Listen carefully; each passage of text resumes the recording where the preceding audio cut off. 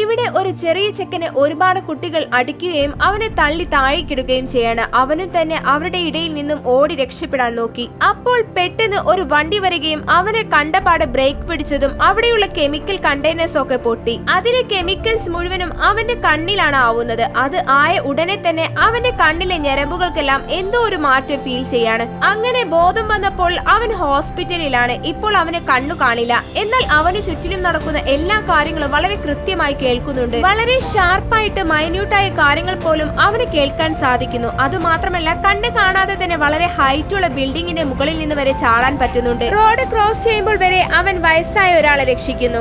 അങ്ങനെ ഇരിക്കെ ഒരു ദിവസം അതേ കുരുത്തം കെട്ട ചെക്കന്മാർ അവന്റെ അടുത്ത് വന്ന് നിന്റെ കണ്ണ് പോയില്ലേ, ഇനി നീ തല്ലാൻ വാടാ എന്ന് പറഞ്ഞു ചെല്ലാണ്. നമ്മുടെ ഹീറോയും ചിരിച്ചുകൊണ്ട് അവരോട് വളരെ ഈസിയായി ഫൈറ്റ് ചെയ്യാണ്. ആർക്കും തന്നെ അവനെ എതിർത്ത് നിൽക്കാൻ പറ്റുന്നില്ല. അവൻ അത്രയും സ്ട്രോങ് ആയി മാറിയിരുന്നു.